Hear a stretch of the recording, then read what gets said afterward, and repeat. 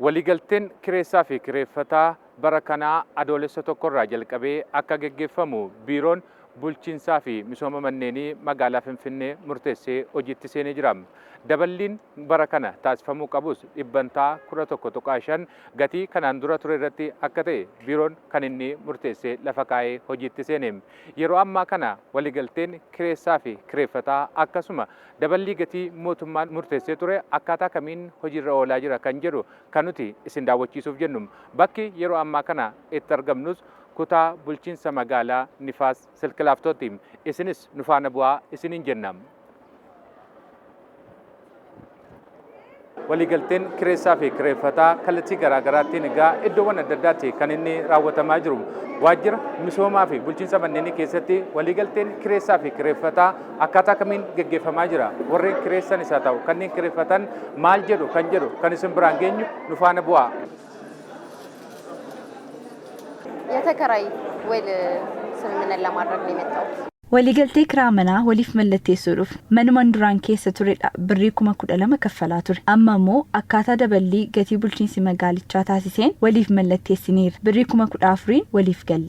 የነበረውን እንደ አዲስ ለመጓል መንግስት ባወጣው waliigaltee haaromsuuf dhufne akkaataa mootummaan jedheef walii mallatteessineerra. Dura birrii 12,000 kaffalti. Amma ammoo kunoo birrii 14,000 waliif mallatteessine. Kanaan duras dhiphisee hin beeku. Isheenis nama gaariidha. Waajjira bulchiinsaa fi misooma manneenii kutaa magaalaa Nifaas Silk Laaftootti qindeessaan garee bulchiinsa misooma manneenii obbo Tasfaawway Dassee kanneen gatii mootummaan murteesseen ala waliigaltee raawwatan irratti tarkaanfiin kan fudhatamaa jiru ta'uu dubbataniiru. የአዲስ አበባ ከተማ ቤቶች አስተዳደር ከጨመረው ውጪ ጨምረው የሚመጡትን የአንድ ወር ቅጣት እንቀጣለን።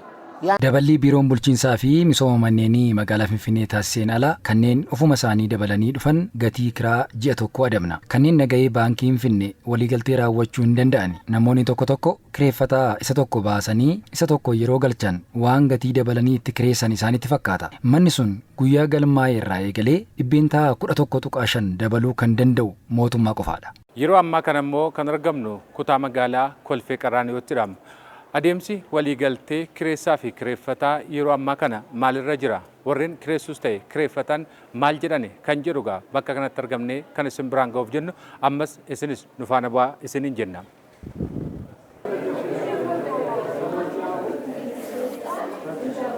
Amma immoo bakki itti argamnu waajjira bulchiinsaa fi misooma manneenii kutaa magaalaa Kolfee Qaraaniyoo keessattidha.